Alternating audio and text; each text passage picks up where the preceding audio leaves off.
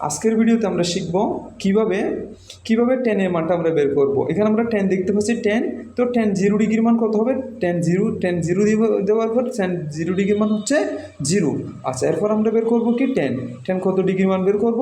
আমরা বের করব টেন 30 ডিগ্রির মান। টেন 30 ডিগ্রির মান ইকুয়ালস টু যখন দিব তখন দেখবো দশমিকের অনেক সংখ্যা আসছে, তার মানে রুট হবে। এখন স্কোয়ার দিয়ে ইকুয়ালস টু দিব, এরপরে এবিসি দিব। এখন এবিসি দেওয়ার পরে 1 রুট মানে 1, 3 রুট মানে √3, তাহলে 1/√3। আচ্ছা, এরপরে টেন কত ডিগ্রি মান? 45 ডিগ্রির মান বের করবো। 45 ডিগ্রির মান আমরা দেখতে পাচ্ছি কত? 1। আচ্ছা, এরপর আমরা কি বের করবো?